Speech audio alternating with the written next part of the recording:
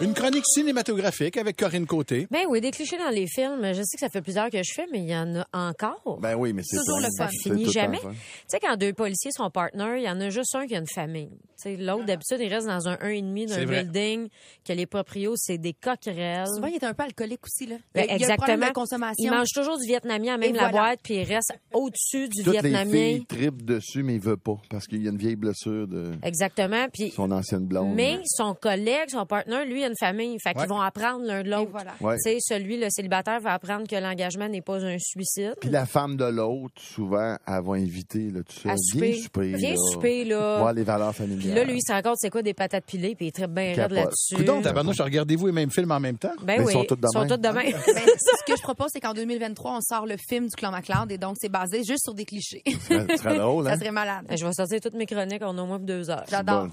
On a le scénario déjà. Ben oui. Puis en plus, le gars avec une famille, ben sûrement que lui, il va prendre sa retraite dans 2-3 semaines. Dans pas long. Oui, puis il va se faire tirer à une place. Quand le policier, peu importe lequel, dans n'importe quel film, quand il est prêt d'élucider le cas qui bûche dessus depuis des mois, il est suspendu.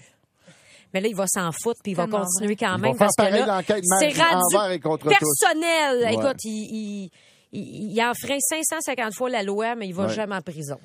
Non, parce qu'à la fin, il réussit à élucider. C'est ça, puis là, ça balaye tout. Le chef de police, tout. il redonne sa plaque. Et puis son gun. Hein? C'est toujours la même affaire. C'est vrai, ça. C'est fou. Une des choses, moi, qui me dérange le plus dans les films, pour vrai, je crie après la télé à chaque fois, c'est quand quelqu'un se sauve d'un méchant ou d'une créature, il se cache en arrière de quelque chose. Là, la créature passe doucement pendant que la personne respire beaucoup trop fort. Ouais. Et là, la créature l'entend pas, fiou. Et là, la créature s'en va. Et 2 secondes après, la personne sort de sa cachette. Attends. Qu'est-ce que tu fais?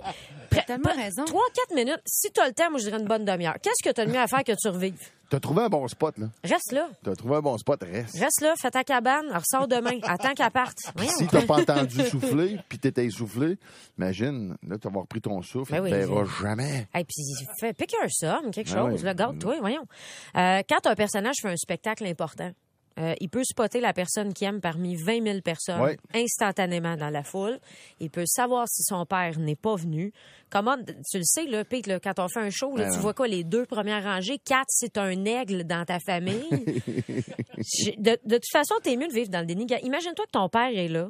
Reste dans la naïveté pendant le spectacle, puis quand tu sortiras de scène, puis que tu seras fier de toi, va découvrir qu'il s'en sac, puis fais 3 ans de consultation, puis après ça, guéris-toi tout seul, là.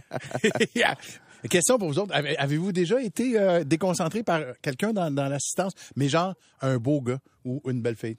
Moi, au Jésus à Montréal, tu sais comment c'est fait, le Jésus? T'es en bas, puis les autres sont comme montés. Puis il y avait comme 4 filles qui dansaient dans un club particulier. Ils m'ont montré le sein tout le long du show. Ah, ben moi, j'ai eu... Non, j'ai pas ça, moi.